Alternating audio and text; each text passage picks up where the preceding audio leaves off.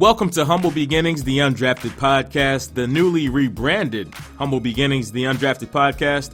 I'm your host, Rochelle Hamilton Jr., and we got a lot going on with the podcast today. We got a lot of things to talk about, but first and foremost, this podcast is going through a rebranding, and I got some new segments that I got coming at you. We're narrowing stuff down just a little bit to try and improve the podcast, make it a better experience for you, the listener, and me, the host. I got to thank my Lord and Savior Jesus Christ for blessing me with the gifts, talents, and resources for doing this podcast. And thank you for tuning in. So just stick with me for a little bit. We got some new segments. I got some new segments coming at you. We got a lot of things to talk about on the show today. This is episode 21 of the Undrafted Podcast, which is a milestone in and of itself. On the show today, we're going to talk about Jalen Ramsey and his trash talking on basically half of the NFL quarterbacks. Also, we'll discuss his suspension. Josh Gordon, what a great story that is right there. He's back with the Browns. That's going to potentially affect Dez signing with the Browns. Actually, it did affect Dez signing with the Browns. I'll discuss that. Got a new segment coming at you called I'm In, I'm Out. I'm really excited about that one. We're going to talk about a potential quarterback controversy in Philly.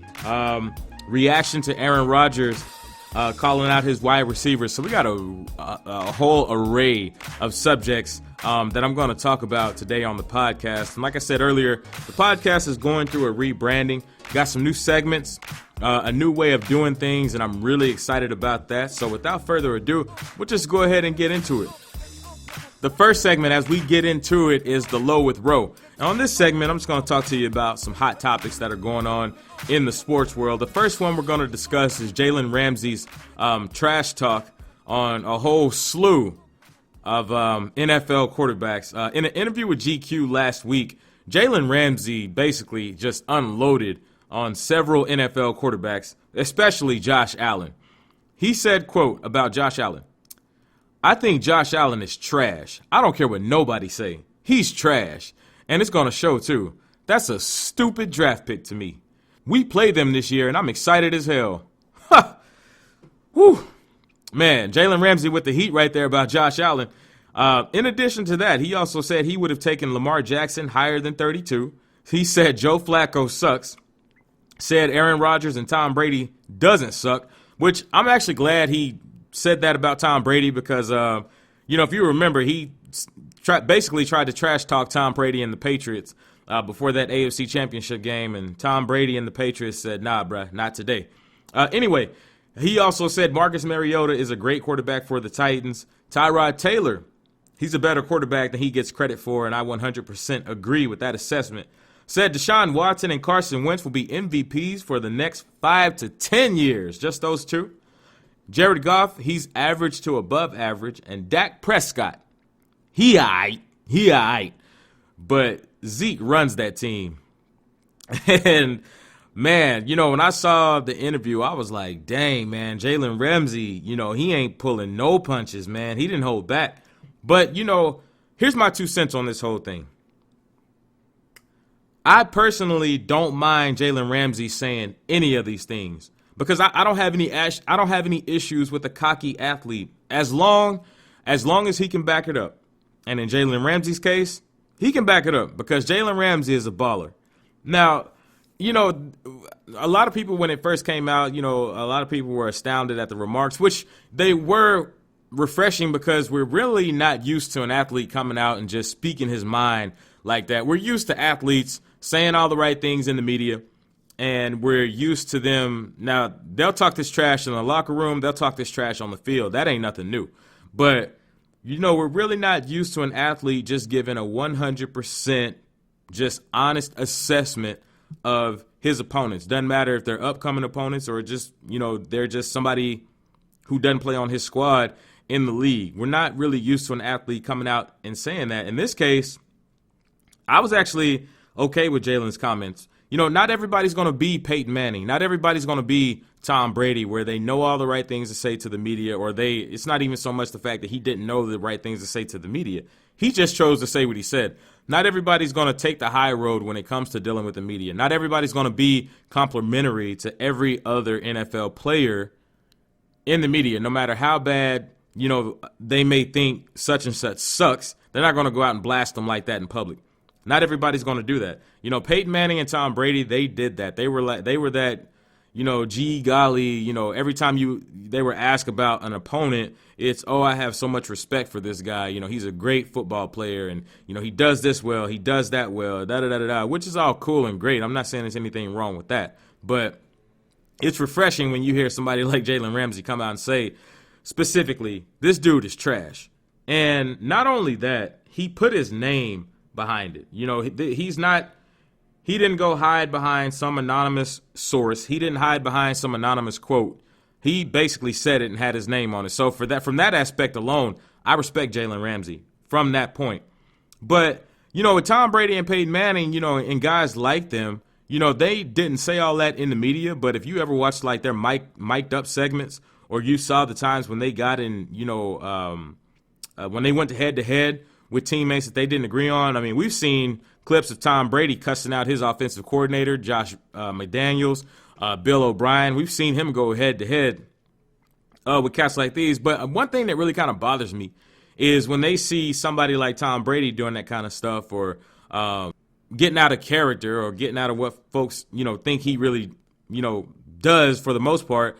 People like to say it's passionate. But when they see somebody like a Jalen Ramsey or a Dez Bryant, really speaking their mind, oh, this dude's a problem. I have a problem with that rhetoric because I don't understand, the difference. There's really not a difference between the two.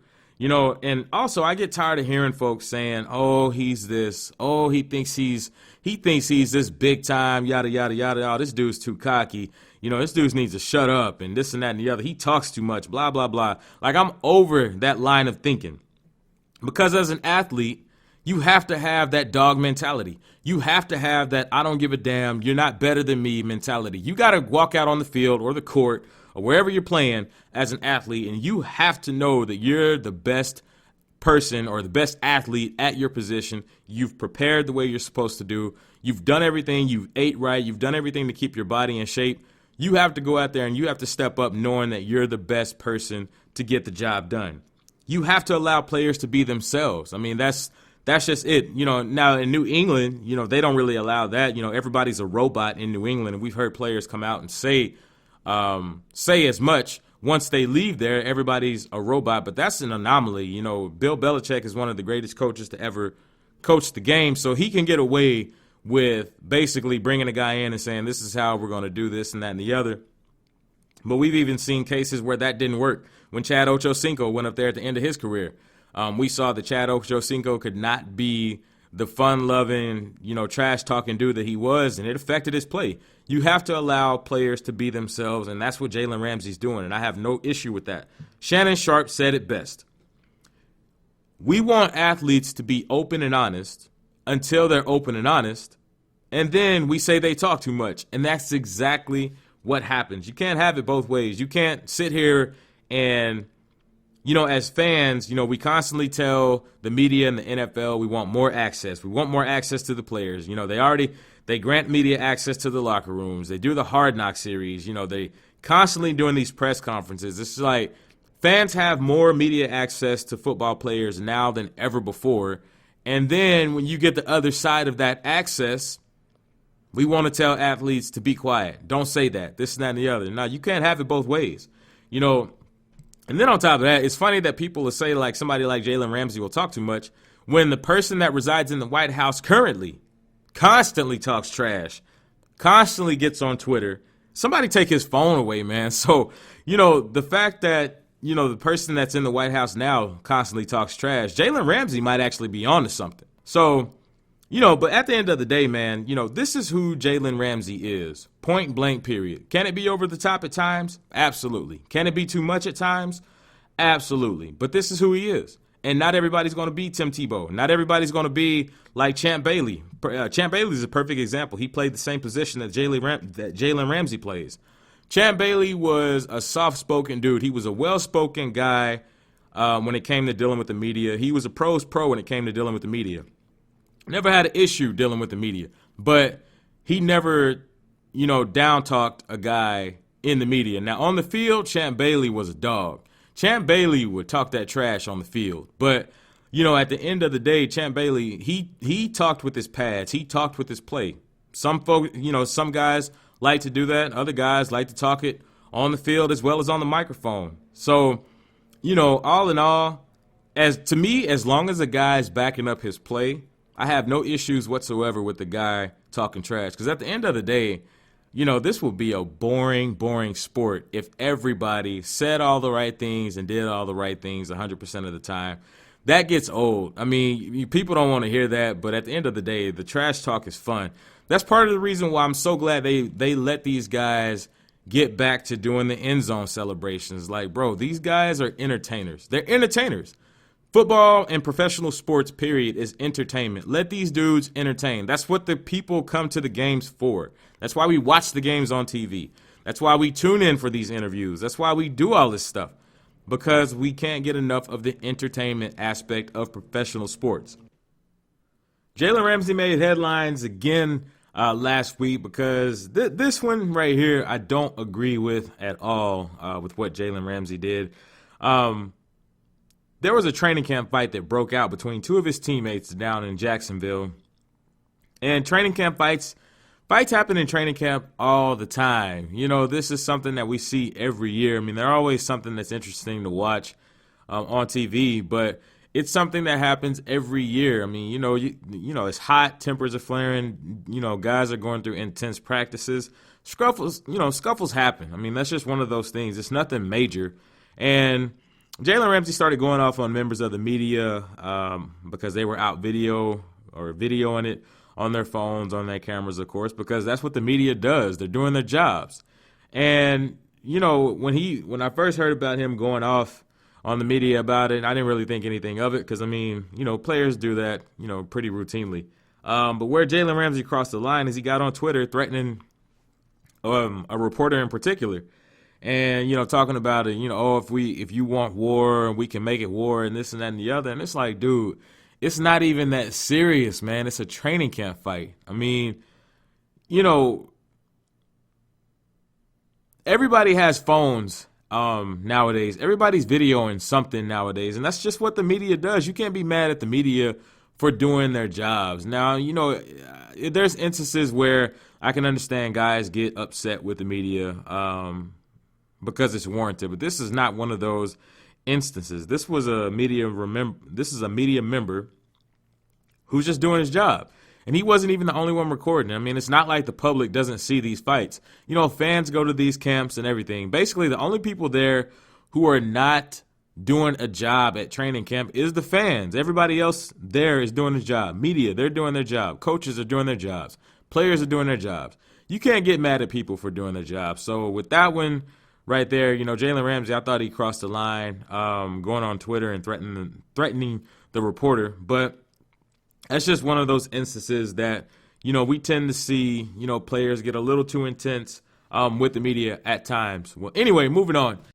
This next story, this next story is awesome. Like, I love to hear comeback stories like this. Josh Gordon returned to the Browns on Saturday, and this is a great step forward personally and professionally for Josh Gordon. Like, I love to hear stories about this because we all know Josh Gordon struggles with substance abuse over the years. And, I saw some comments by people on social media, which it's amazing how social media has just empowered the cowards among us. I saw some comments on social media. Basically, people were questioning, why the NFL didn't just ban him for life, why the Cleveland Browns didn't cut him, and da-da-da-da-da. And, first of all, big ups to the Cleveland Browns because, they've stuck with Josh Gordon through all of his personal struggles. And, also props to Josh Gordon for, being able to look at himself and say, you know what, I have a problem. I need help. And props to him for being able to say, I need to get my physical health right. I need to get my mental health right. I need to get some help. And I need to step away from the game that I love so much in order to get this under control. And yes, true enough, we haven't seen a whole lot of Josh Gordon over the years. I get that. But by the same token, for somebody to sit there and say something like, why wouldn't the NFL just ban him for life or something like that? People that say stuff like that have no idea what it's like to deal with addiction. Now, I've never dealt with drug addiction or anything like that, but I know people who have dealt with addiction. And addiction is it's a complicated thing. You know, it's one of those things you hate to see people waste away. Dealing with addiction, but it's not something that can't be overcome, but it's also not something that's easily overcome. If you've ever talked to an addict, doesn't matter what they're recovering from, whether it's, financial, drug addict, alcoholism, sex, any kind of addiction. If you've ever talked to somebody who's been successful in their recovery, they will tell you that even though you recover, even though you're sober, you're clean, it's still a daily I don't want to so much say a daily struggle, but it's still something that you have to be intentional and you have to be devoted to on the daily basis, because it's something that you just never really, I guess, kind of like get over. It's something that you have to continue to be intentional about. And, that's why when you see people who have beaten addiction, when you see them get involved with community programs, and when you see them get involved with addiction recovery programs, if you talk to them, you hear that, it can be a struggle even when you've been clean for years. It can be something that you have to fight for. And so, to see a person realize that they've got a problem and to realize that they have to step away from something that they love so much and take steps to getting help, my hats are off to Josh Gordon. That's the kind of stuff that I like to see. Now, of course, it's not going to be an easy road for Josh Gordon. He's still got some work to do as far as this goes with the Cleveland Browns and getting himself back into football shape. But I mean, Josh Gordon, the kind of player he is, when he's on the field, Josh Gordon has Hall of Fame talent. So even though he's got a long way to go in his recovery process, it's good to see him take this step. And from a professional standpoint, or from a team standpoint, this is big for the Browns as well, because they get a guy back who's highly talented when he's on the field. And, like I said, he hadn't seen the field a whole lot, but when Josh Gordon is on the field, he's a game changer. They got Juice Landry on the other side, he's been showing out in training camp. Juice Landry has been racking together highlight reels all training camp, all preseason long. I'm really excited to see what he's going to do in 2018. So, of course, Jarvis Landry is going to be their number one receiver, but you put Josh Gordon in that wide receiver core as well, and all of a sudden, the Cleveland Browns wide receiving core have just gotten a little more scary. They still got Rashard Higgins, who's coming right along. The coaching staff, they really like him. You can see that on Hard Knocks. They got rid of Coleman in a trade about a week or two ago. So Cleveland Browns making a lot of changes as far as like the attitude and the mentality and stuff goes in the locker room, and I love it. Now with Josh Gordon coming back to the Browns, this almost certainly closes the door on Dez Bryant signing in Cleveland, and it's kind of unfortunate for Dez because I would have really liked this move for both sides. I mean, Cleveland, they would have benefited greatly from this, as well as Dez Bryant, because last year, Cleveland's leading receiver last year was Duke Robinson, their running back, and he had 690 yards and 74 receptions. And, people like to talk about Dez and his attitude problems and this and that and the other. Like, look, I get it, again, like I said earlier, but I'm so tired of that logic, because at the end of the day, are we putting together a football team, or are you putting together like a church choir? Because not everybody's going to be that, oh, gee, golly, gee whiz, say the right things, oh, shucks kind of guy. Everybody's just not going to do that. And at the end of the day, it's like, oh, no, a wide receiver who wants the ball constantly. Like, what's the worst thing in the world? Like, that's the worst thing in the world. Get over it, man. I mean, wide receivers, they want the ball. That's just how they are. You hear them say it all the time. It's an isolated position. They're kind of on an island. And wide receivers, they can tend to be divas. We get that. I'm not gonna get mad at a guy for wanting the ball. I mean, especially with all the different formations on offense that teams have, with 3 and 4 wide receivers, 2 tight ends and running backs. I mean, there's so many different personnel that a quarterback can spread the ball to. Of course, people want the ball. I'm not going to get mad at that.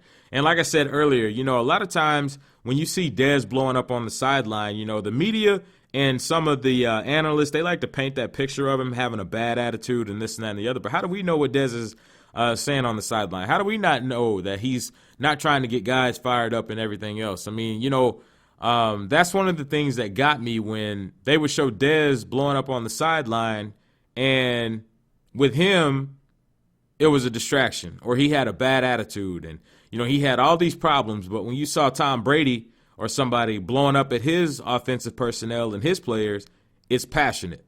So, that kind of always rubbed me the wrong way, how Dez tended to be painted in that kind of light, in that aspect. Now, he didn't really help his case a few weeks ago when he got on social media and was blasting people. But, I mean, it was interesting hearing his perspective on some things, because there was some instances where it was like, okay, I can see where Dez is coming from, especially when he talked about the garbage play calling last year and, the lack of the lack of adjustments, the lack of ingenuity, the lack of creativity when it came to the offense. I mean, there was some stuff that Dez said that was true. So from that aspect, I kind of hated that Dez won't get this opportunity. But at the same time, Dez really didn't do himself a service, because when Baltimore offered him a contract, me personally, I feel like Dez should have just taken that contract, because it's like, okay, you can get back in the field, you can get back with the team, you can set yourself up for another contract down the line, and then you can just, take it and work your way up from there. And then on top of that, Baltimore is a potential, I'm not going to say they're a potential, Super Bowl contender, but I could at least see them being in the playoffs in 2018. And you're able to get with a general manager, Ozzie Newsome, who has one of the best reputations in the National Football League. You got a decent coaching staff up there with John Harbaugh and his staff. I think it would have been a nice place for Dez to go and get some football rehab and really work on putting together the second half of his career. And as far as the bad attitude aspect, I'm not even so sure Dez would be a guy who would walk in with that kind of attitude, because you can't tell me that he's been humbled. You can't tell me that he hasn't been humbled with everything that has went on since he's been released by the Cowboys. I don't think anybody, Dez included, saw Dez being without a job this long. And when you go through a situation like this, where just a few years ago you're one of the best receivers in the National Football League, to now where nobody really wants to, where now you have very, very limited options as to where you can play, that's got to be a humbling experience. So when you get humbled like that, and then on top of that, you have to remember, Dez is getting older. With age comes wisdom. Well, with age comes wisdom generally. So with Dez getting older, he's been humbled. He's got a wife. He's got kids. He's got a family he's got to take care of. I personally don't see Dez walking into a locker room, just making some big distraction. So, in the end, maybe this will all work out. Maybe this humbling experience will be something that it'll fuel a fire in Dez. And then when Dez steps back on the field, hopefully sooner rather than later, he'll be a lot more focused, and he'll be a lot more willing to change up his game. You've heard people say he wasn't willing to change up his game. He wasn't willing to switch up his routes, and this and that and the other. So, with this being as late as it is in his career, I don't know if he'll still be effective in changing his route and changing his style, but you never know. I mean, when a person is humble, you'd be surprised at the things that they'll do. So, I would have liked to see Dez sign in Cleveland, but it doesn't look like that's going to happen with Josh Gordon getting back on the field. Let's go to I'm In, I'm Out. This is a new segment debuting on the podcast today, and I'm excited about this segment as well. This is basically just going to be a few topics out of the sports world, and I'll just tell you if I'm in or if I'm out. Phillies Mayor Jim Kenney says he'd like to see Nick Foles open up the season as the starter. Said, quote, "I know Wentz will be chomping at the bit to start, and that's a good environment to be in, but I think to be safe, Foles should probably start." Is there a quarterback controversy cooking up in Philly? I'm out on that one, but this comes with a disclaimer, because it's been reported that Carson Wentz might not be available week 1. And Wentz himself has said he might not be available to start week 1. Of course, he would like to start week 1. He's aiming to be ready for week 1, but the medical staff, they may say something totally different. So Mayor Kenny just might get his wish. But, I don't think there's a quarterback controversy cooking up in Philly just yet. But I won't completely close the door on it. Because even though it's not an issue just yet, this could really turn out to be a problem for Philly. Because knee injuries are serious. And Carson Wentz, he tore his knee to shreds, man. He tore his ACL and his LCL. And, now don't get me wrong, he's tough. He didn't finish the game against the Rams when he got injured, but he did throw a touchdown on one leg after he got hurt. So, he's tough. He was on his way, of course, to be an MVP before he got hurt. Now, the reason why I say this is a problem for the Eagles is because if Nick Foles comes in and plays well and the Eagles are winning, well, what do they do from there? Because, let's say, for example, the Eagles with Nick Foles is in. Let's say Carson Wentz can't go to, week 5 or week 6. But in that span that Nick Foles fills in for him, let's say the Eagles are 3-2 or 4-1 or even 5-0 in that 5-week span. Let's say the Eagles are 4-1, 5-0. At that point, I have a hard time seeing where the Eagles would pull Nick Foles for Carson Wentz at that point. Yes, and trust me, I know this sounds crazy, but at the end of the day, you got to remember that Nick Foles, he did just win Super Bowl MVP. He did end up going to Disney World. And, I know Carson Wentz got, he was a big reason why Philly got as far as they did. And that's not to take credit away from him. He truly was. But, he's got to be chomping at the bit as well because, even though he won a Super Bowl ring, it's not the same. It's not the same as it would have been if he would have been the guy to lead the Eagles there. There's a reason why Peyton Manning took every single snap in Indy and Denver unless he was injured. Because if you remember back to the 2015 season when Peyton Manning got injured, what was it, for like that 7 or 8 week span, he was flipping Gary Kubiak and them off on the video camera in practice. He was chomping at the bit to get back in the lineup because Peyton Manning, he knows, that's how he lost his job in Indianapolis. So he knew the risk of not being able to go for an extended period of time, no matter what your status is. Like Shannon Sharp says all the time, you got to update your resume constantly in the NFL. And the NFL is a what have you done for me lately league. And it doesn't matter how great of a player you are. If you're not available to a team for an extended period of time and they've seen that they can get along without you, they will move on. So there's a reason why Peyton Manning took as many snaps as he did. There's a reason why Tom Brady had an issue with Jimmy Garoppolo breathing down his neck last season. He remembers how he got the job in New England. Drew Bledsoe got hurt, and in steps Tom Brady, and the rest is history. We've heard the craziness surrounding that whole ordeal over there. There's a reason why Joe Montana wouldn't help Steve Young. We saw the perfect example is right here in Dallas. Tony Romo got hurt. And Dak Prescott, he stepped in, took the NFL by storm. Tony Romo lost his starting job to Dak Prescott. Now he's in the broadcast booth. So this is not something that is this is not unprecedented territory for the National Football League. Now, so in that instance, it's not unfeasible to see Carson Wentz lose his job to Nick Foles. And I know that sounds like a hot take, but when you really step back and you really think about it, it's really not a crazy idea at all. And now, don't get me wrong. With saying that it's not unfeasible, it doesn't mean that it's not unlikely, because it is unlikely, but it's not unfeasible. Then you also have to wonder, is Carson Wentz going to be the same guy when he comes back? Because a knee injury, we've seen guys get these major injuries like a knee injury, and then they come back and they're not quite the same player. So that's one thing you kind of have to keep in the back of your mind with this whole deal as well. Most guys aren't the same when they come back from a big injury like the one Carson Wentz suffered. So, from that standpoint, and Carson Wentz, he's under a lot of pressure as it is because, let's say Carson Wentz gets put back in the lineup before he's 100%. Those fans in Philly, those Philly fans ain't no joke, man. And as much as they love Carson Wentz now, let's say he gets in there and he really struggles and he puts together a few less than flattering performances that leads to some L's. Won't take long for those Philly fans to start to turn on him.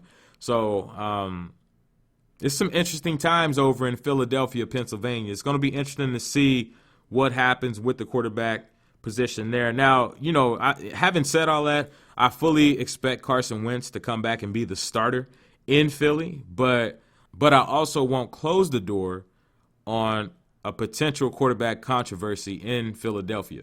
The Cleveland Browns have won one game in the last 2 seasons. They made some real nice moves in the offseason.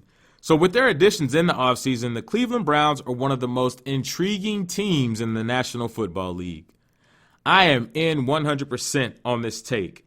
And, because the Browns, man, they've got so many moving parts to this organization right now at this particular part of the offseason and their history, because Hugh Jackson, he's on the hot seat. The Browns were winless last season. They won one single game in 2016, so they're starving for wins over there. You got Josh Gordon coming back.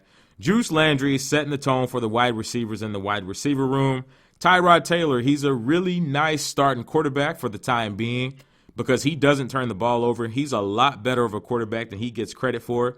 So he gives them a viable option where they don't have to start Baker Mayfield right off the jump. So the question there is, how long will Tyrod Taylor be the starter? So having said all that, don't get me wrong.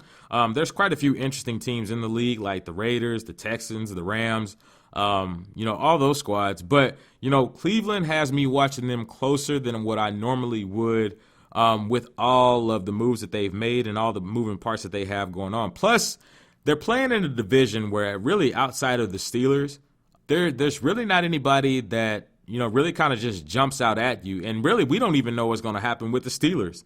So, depending on how you look at it, the AFC North as a division could really be up for grabs. And, with the moves that Cleveland's made in the offseason, with getting Carlos Hyde at the running back position, bringing in Jarvis Landry, Josh Gordon coming back, all the trades that they made in early March or April, I believe, bringing Tyrod Taylor in, having Baker Mayfield, he's set up to be the franchise quarterback in the future. With all these moves that the Browns have made, I could easily see the Cleveland Browns improving their win total by at least 6 games this year. And speaking of Baker Mayfield, I'm in on Baker Mayfield. Like, I like Baker Mayfield. Some people don't like him because of his antics. They say he's too flashy and they say he's too cocky. But, man, I like Baker Mayfield. I love his athletic ability. I love his fire. I love his flash. I mean, the dude, he plays with a chip on his shoulder, man. He plays with that constant underdog, 100% lunch pail type work ethic, man. And I love that about Baker Mayfield. He adds some flavor. He adds some juice to your team. He's one of those dudes that in the huddle, he's going to get everybody fired up. And he's one of those quarterbacks that when he's in the huddle, the rest of your offensive players, they've got confidence because they believe this dude, they believe he's got that fire. He's just got that, how do you even say it? He's just got those intangibles where you just, some guys you just believe that they can get the job done in the worst case scenario. And it's not like Baker Mayfield's scared of hard work. You've heard the story of him walking on at Texas Tech. And then he walked on at OU, and then he became the number 1 draft pick in the 2018 draft because I didn't see Baker Mayfield going number 1.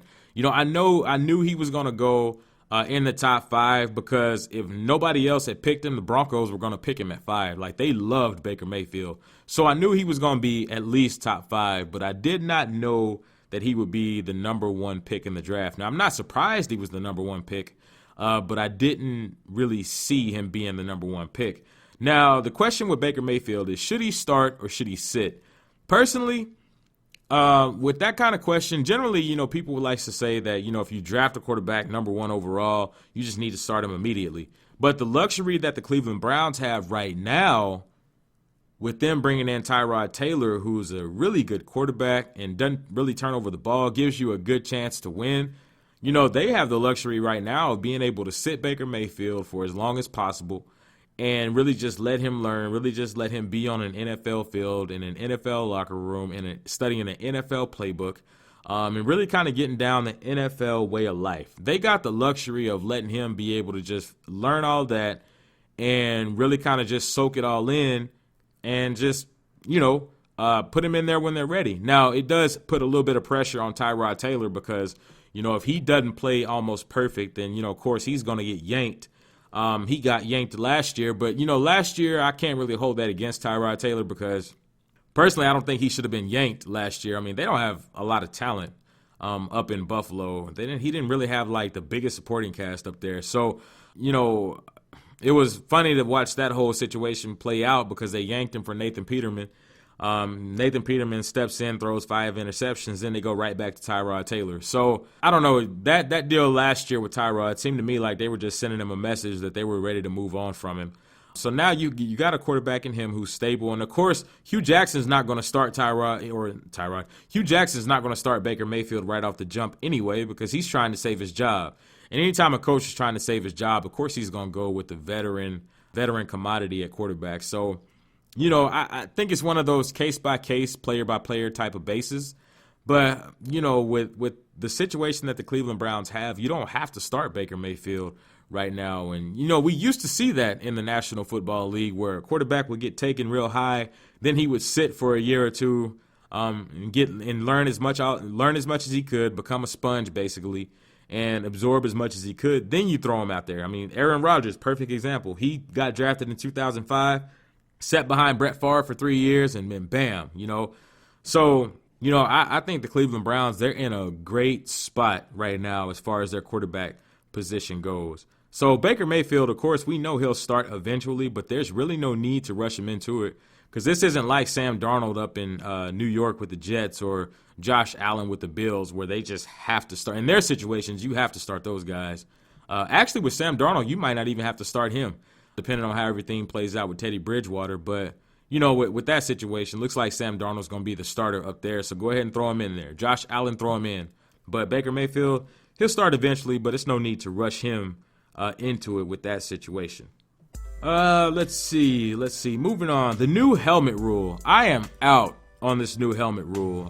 Let me rephrase that. I'm not so much out on the rule, the spirit and the intention of the rule. I completely agree with that, but the enforcement of this rule it's been terrible. And, we all kind of saw this when the NFL kind of snuck this new rule in back in March. There was a call over this weekend. There was a few calls over this weekend. One of the most notable examples for me is the call that went on Isaac Yiadom in the Broncos and Bears preseason game in the first quarter.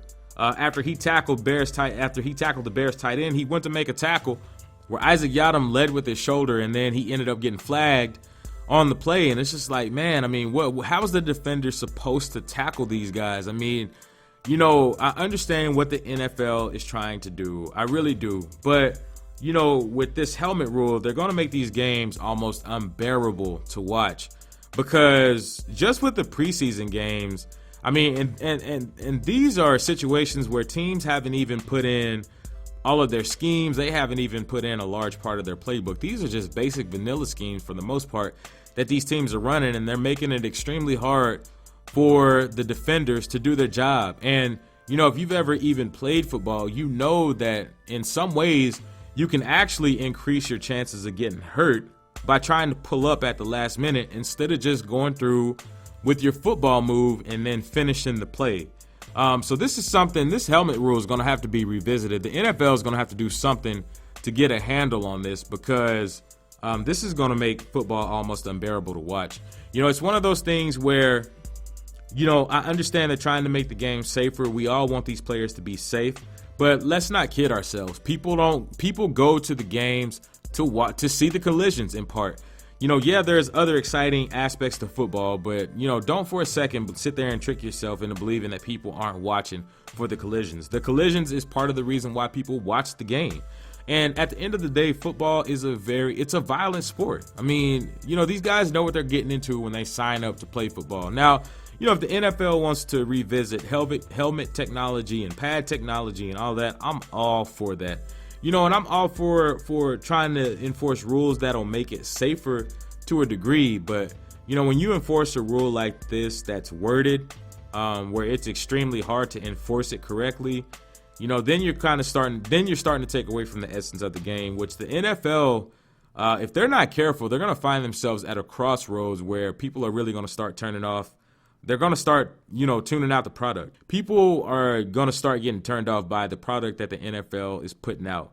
I've said this before, where the NFL is suffering from paralysis by analysis, because now they're so caught up in trying to make sure another CTE lawsuit doesn't happen. They're so scared of a situation like that, where now they're starting to overregulate themselves. Now they're starting to outsmart themselves.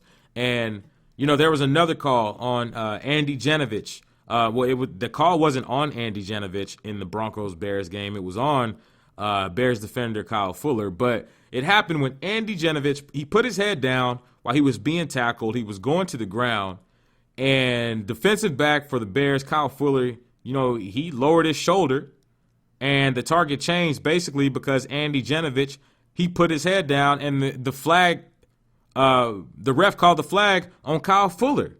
And it's like, dude, how is this even possible? Like, how are y'all watching the same game that the fans and everybody else are watching? Because, it seems like by some of these calls that they're not. But at the end of the day, it's also kind of hard to blame the referees, because football happens at such a fast-paced speed. Man, these players are moving so fast. There's so much happening in such a short amount of time that it's hard to get these calls right. And the NFL is basically asking these referees to do the near impossible and to see the stuff that's happening in real time in a split second.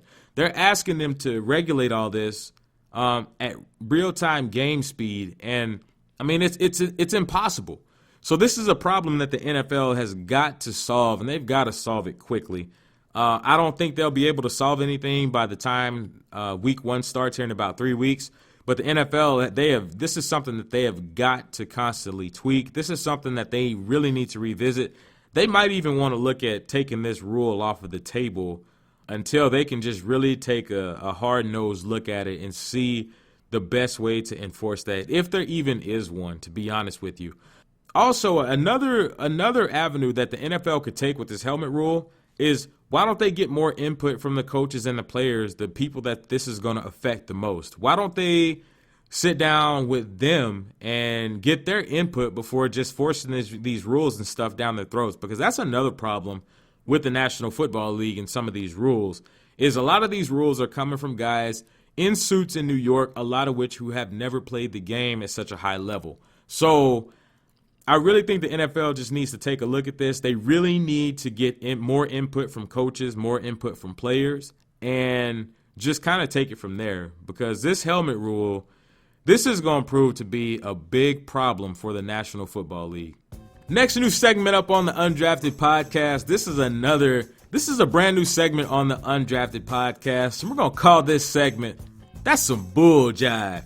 Now, basically, this segment is about something that happens in sports that is, well, some bull jive, either by a coach, a player, somebody surrounding a game, or somebody in the sports world where they just did something that was just dumb. Either they said something dumb or they did something dumb, or somebody that they know said or did something dumb. So I'm really going to enjoy this one.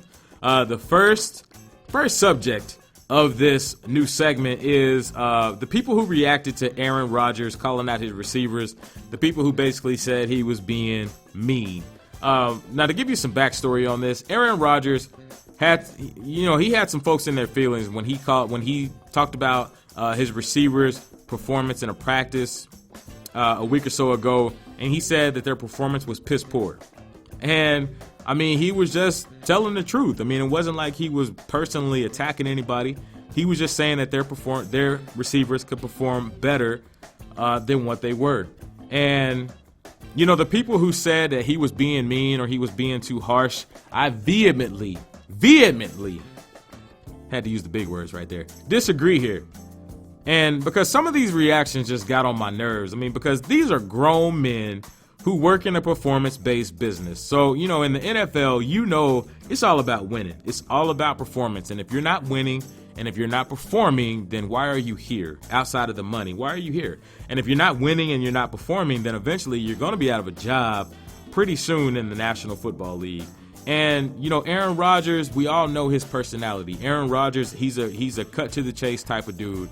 If you're doing good, he's going to let you know he's doing good. If you're doing bad, he's going to let you know that as well. And at the end of the day, you also got to look at it from Aaron Rodgers' perspective. Aaron Rodgers is looking at the fact that he's not getting any younger. The Green Bay, they've never really been a team that's been known to really give him a lot of talent, especially on the defensive side of the ball. They've really kind of depended on Aaron Rodgers to really do most of the work for their squad on the field. I mean, they really kind of put him in that Peyton Manning type of situation.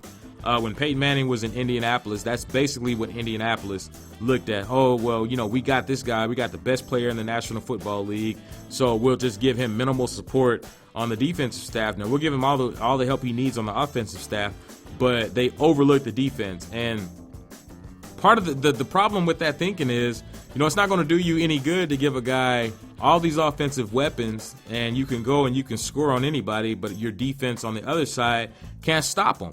So, he's looking at, he's coming at it from that standpoint, the historical context from that instance. Then also, Green Bay, there was the whole mess with his contract situation. He can't be too happy about that. They got rid of his best friend and his best receiving target in Jordy Nelson.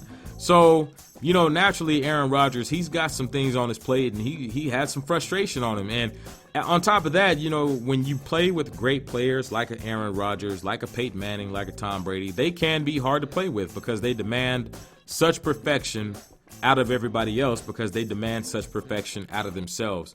So, yes, guys like him can be hard to play with, but at the end of the day, it's not going to be all hunky-dory. At the end of the day, as an athlete, somebody's not going to ask you nicely to do this and do that. I mean, this is not, middle school and high school where they're teaching manners. You're a professional athlete, and sometimes you got to be told to do better, and sometimes it's got to be a little harsh. Sometimes a little harshness is the only way somebody can get a point across. And my thing is, man, look, just come to work and do your job. I mean, it's just like you, even though if you're listening to this podcast, 9 times out of 10, you're not a professional athlete, but you still have a job to do. And it's like, dude, just come to work and just do your job. Because if I don't do my job, then I definitely expect to get yelled at. I expect to get fussed at. Well, maybe not yelled at. Don't yell at me. I'm a grown man. We can talk about stuff, and you can say something to me like Aaron Rodgers said to his receivers. I'm good with that, but don't yell at me. But so if I'm slacking on the job, then of course I expect somebody to get on me. I expect my superiors or whoever is putting in authority over me, I expect them to say something to me. So, and it's not like he degraded these guys in a racial way or even a personal way. He just said the performance was piss poor.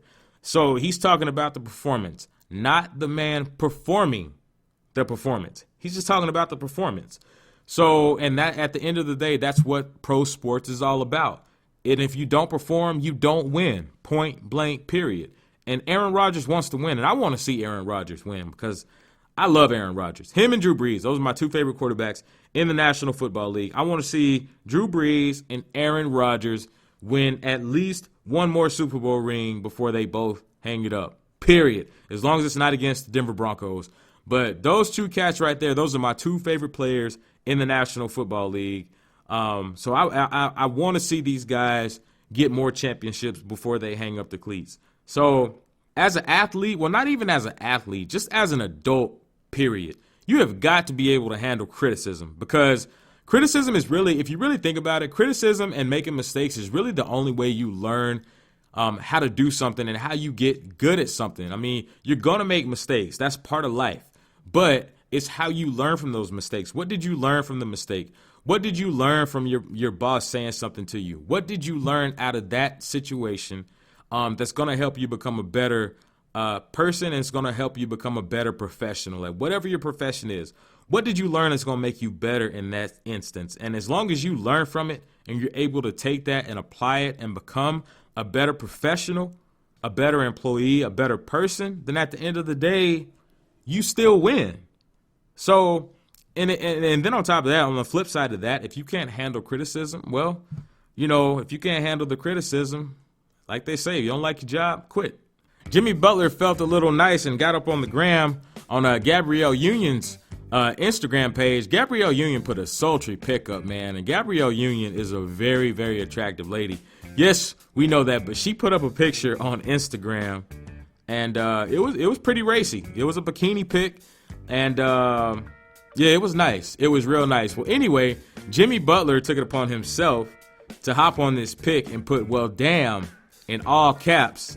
And Dwayne Wade had to step in and let him know something real quick, because Dwayne Wade told him, "Put 'well, damn' in all caps on my wife's page again, and I'm going to show you what the good, the bad, and ugly is all about." Dwayne Wade had to let him know, bruh. Dwayne Wade had to let him know. Don't step to my wife's page with that bull jive, Jimmy B. Jimmy B, you know better than that, man. That's a married woman, man. What are you doing? I mean, don't get me wrong. I get it. Gabrielle Union's an attractive woman. I get it. She put the picture out, on Instagram, on social media, and I get all that. But at the end of the day, Jimmy B, he's coming from a different perspective. Dwayne Wade. You've played against Dwayne Wade, and I don't know how close Jimmy Butler and Dwayne Wade are, but Jimmy B, he knows who Dwayne Wade is. So, Dwayne Wade, he's one of the GOATs. So respect that man's wife, man. And, if you see it, you like it, you just, don't double tap it. If you see it and that piques your interest, just keep scrolling, bruh. In any instance, just keep scrolling. When it comes to a married woman, on the Instagram, on the gram, on Snapchat, Facebook, whatever, if she got that ring on her finger, bruh, just keep scrolling. Save yourself a whole lot of trouble. Just keep scrolling, bruh. But Jimmy B, that's some bull jive, bro. Well, that's my time for episode 21 of the Undrafted Podcast. Stay tuned to the Undrafted Podcast. We've got a lot more changes coming to the podcast, a lot more exciting changes that I can't tell you about right now, but I am so excited. But I'm so excited for the path that this podcast is on and what the future holds for this podcast. I am extremely excited. Thank you again to my Lord and Savior Jesus Christ for blessing me with the gifts, the talents, and the resources to do this podcast. Thank you for taking time out of your day to tune in.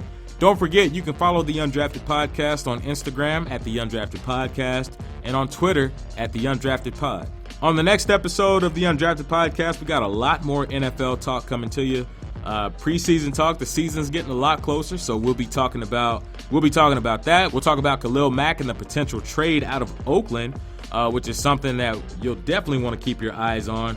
We'll talk about Paxton Lynch getting booed by his own fans in Denver and a whole lot more. Well, like I always say, do your best and let God handle the rest. Be blessed.